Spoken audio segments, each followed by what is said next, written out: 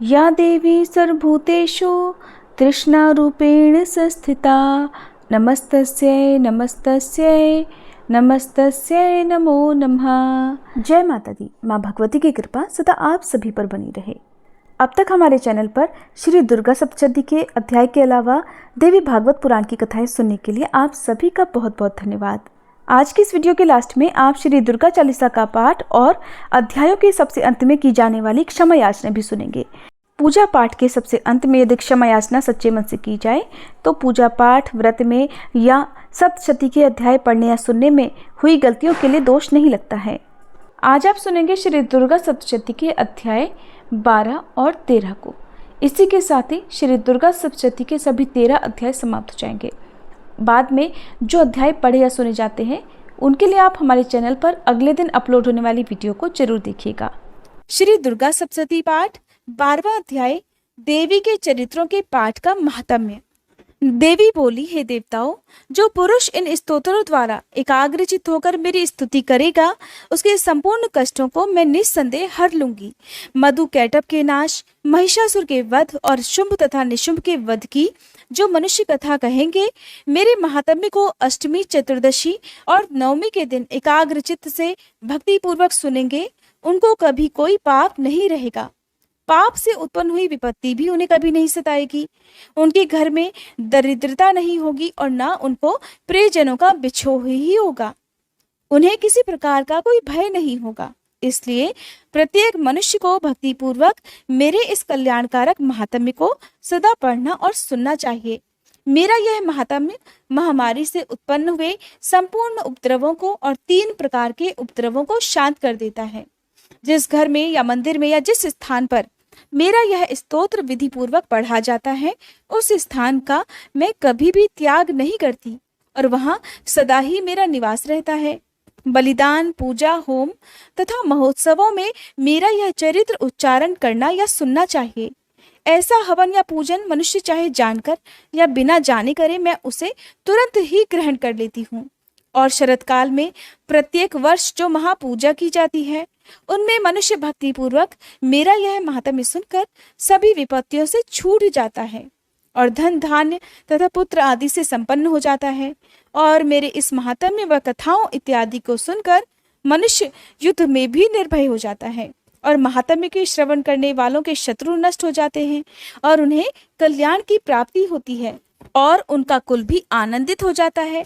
सब कष्ट शांत हो जाते हैं तथा भयंकर स्वप्न दिखाई देना और घरेलू दुख इत्यादि सब मिट जाते हैं। बाल ग्रहों में ग्रसित बालकों के लिए ये मेरा महात्म्य परम शांति देने वाला है।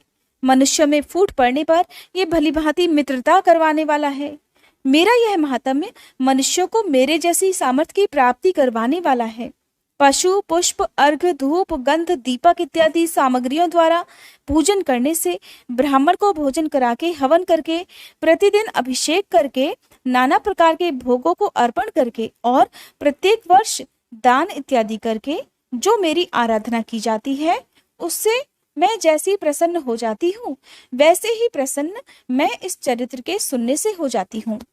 ये महात्म्य श्रवण करने पर पापों को हर लेता है तथा आरोग्य प्रदान करता है। मेरे प्रादुर्भाव का कीर्तन दुष्ट प्राणियों से रक्षा करने वाला है। युद्ध में दुष्ट दैत्यों का संहार करने वाला है। इसके सुनने से मनुष्य को शत्रुओं का भय नहीं रहता। हे देवताओं, तुमने जो स्तुति की है अथवा ब्रह्मा जी ने मेरी जो स्तुति की है, वह मनुष्यों को कल्याणमय बुद्धि प्रदान करने वाली है। वन में, सूने मार्ग में या फिर दावानल से घिर जाने पर, वन में चोरों से घिरा हुआ या शत्रुओं द्वारा पकड़ा हुआ, जंगल में सिंहों से, व्याघ्रों से या जंगली हाथियों द्वारा पीछा किया हुआ, राजा के क्रुद्ध हो जाने पर, मारे जाने के भय से, समुद्र में नाव के डगमगाने पर, भयंकर युद्ध में फंसा हुआ होने पर, किसी भी प्रकार की पीड़ा से पीड़ित, घोर बाधाओं से दुखी हुआ मनुष्य मेरे इस चरित्र को स्मरण करने से संकट से मुक्त हो जाता है। मेरे प्रभाव से सिंह, चोर या शत्रु इत्यादि भी दूर भाग जाते हैं। महर्षि मेधा ने कहा, प्रचंड पराक्रम वाली भगवती चंडिका ऐसा कहने के बाद सभी देवताओं के देखते ही देखते अंतर ध्यान हो गई और संपूर्ण देवता अपने शत्रुओं के मारे जाने पर पहले की तरह ही यज्ञ भाग का उपभोग करने लगे और उनको अपने अधिकार फिर से प्राप्त हो गए। तथा युद्ध में देवताओं के शत्रुओं शुंभ और निशुंभ के देवी के हाथों मारे जाने पर बाकी बचे हुए राक्षस पाताल को चले गए।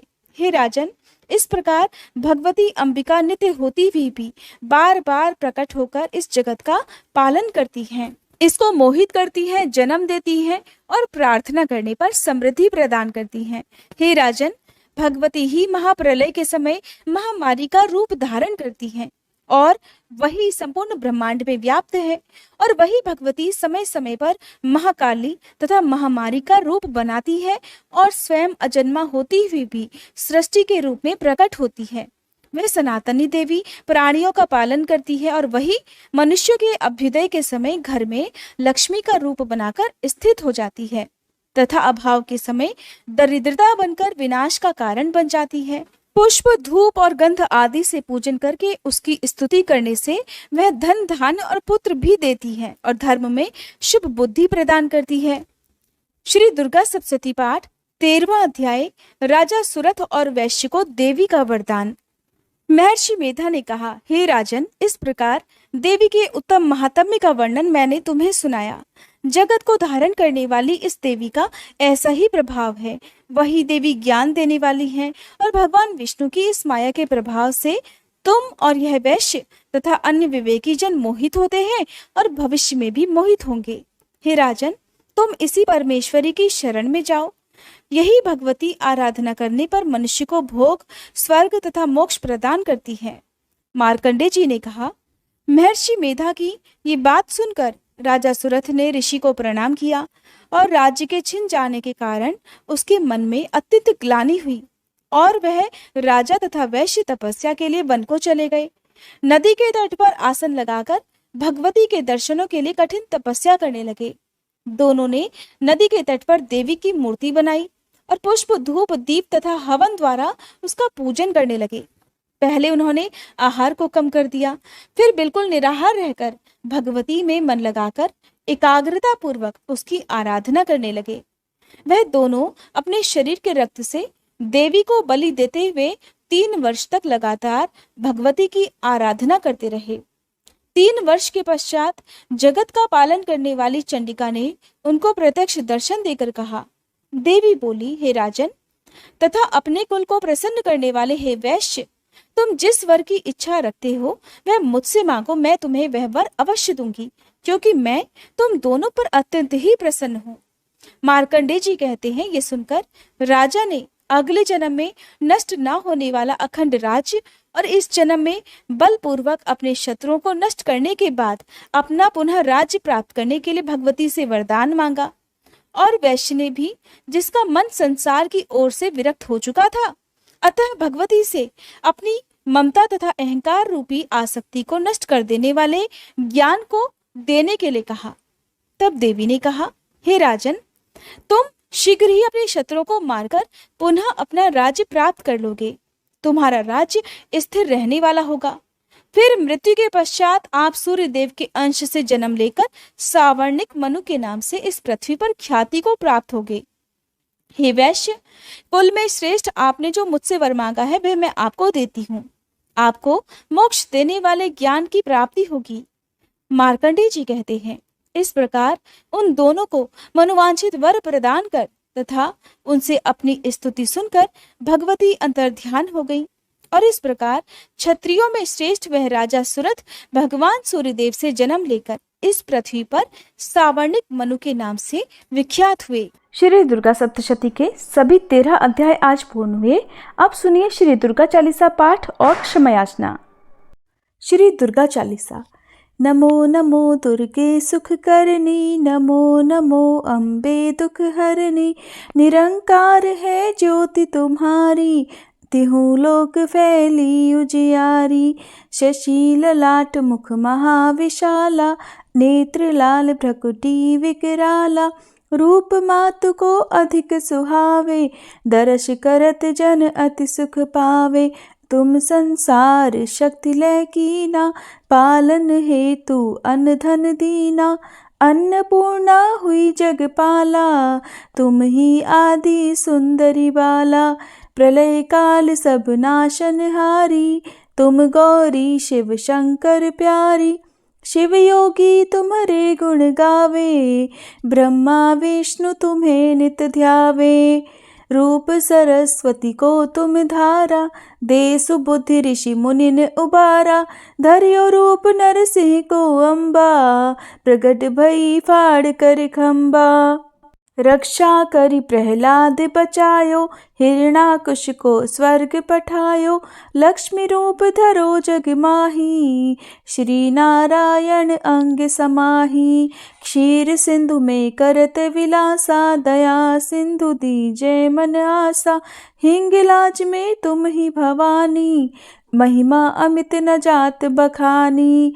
मातंगी अरु धूमावती माता, भुवनेश्वरी बगला सुखदाता। श्री भैरव तारा जगतारिणी, छिन्न भाल भव दुख निवारिणी। के हरि वाहन सोह भवानी, लांगुर वीर चलत अगवानी। कर में खप्पर खड्ग विराजे, जाको देख काल डर भाजे। सोहे अस्त्र और त्रिशूला, जाते उठत शत्रु ही शूला। नगर कोटि में तुम ही विराजत, तिहु लोक में डंका बाजत। शुंभ निशुंभ दानव तुम मारे, रक्त बीज शंखन संहारे। महिषासुर नृप अति अभिमानी, जहि अघभार मही अकुलानी। रूप कराल कालिका धारा, सेन सहित तुम तिहि संहारा। परिगाढ़ संतन पर जब जब, भई सहाय मातु तुम तब तब। अमरपुरी अरुबा सब लोका, तब महिमा सब रहे अशोका। ज्वाला में है ज्योति तुम्हारी, तुम्हें सदा पूजे नर नारी। प्रेम भक्ति से जो जस गावे, दुख दारिद्र निकट नहीं आवे। ध्यावे तुम्हें जो नर मन लाई, जन्म मरण ताको छुट जाई। जोगी सुर मुनि कहत पुकारी, योग न हो बिन शक्ति तुम्हारी। शंकर आज रज तप कीनो, काम अरु क्रोध जीत सब लीनो। निषिदन ध्यान धरो शंकर को, काहु काल नहीं सुमिरो तुमको। शक्ति रूप को मरम न पायो, शक्ति गई तब मन पछतायो। शरणागत हुई कीर्ति बखानी, जय जय जय जगदम्ब भवानी। भई प्रसन्न आदि जगदम्बा, दई शक्ति नहीं कीन विलंबा। मोको मातु कष्ट अति घेरो, तुम बिन कौन हरे दुख मेरो।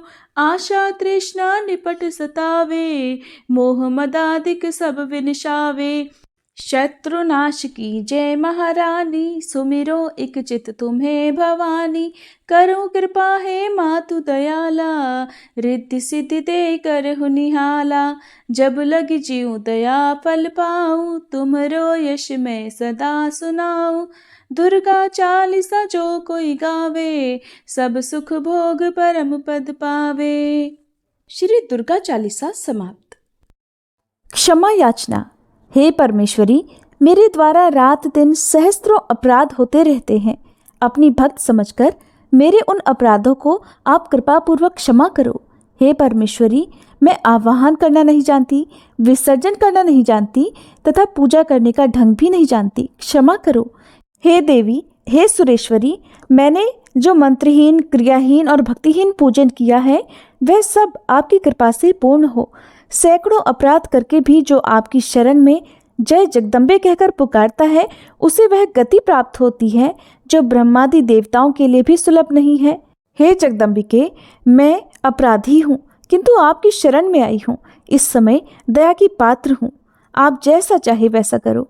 देवी परमेश्वरी, अज्ञान से, भूल से अथवा बुद्धि भ्रम होने के कारण मैंने जो कुछ भी कम या अधिक कर दिया हो, वह सब क्षमा करो और प्रसन्न हो। हे सच्चिदानंद स्वरूपी परमेश्वरी, हे जगन्माता कामेश्वरी, आप प्रेम पूर्वक मेरी यह पूजा स्वीकार करो और मुझ पर प्रसन्न रहो। देवी सुरेश्वरी, आप गोपनीय से भी गोपनीय वस्तुओं की रक्षा करने वाली हो। मेरी पूजा को ग्रहण करो और आपकी कृपा से मुझे सिद्धि की प्राप्ति हो। अगर आज की ये वीडियो आपको अच्छी लगी हो तो लाइक ज़रूर कीजिएगा।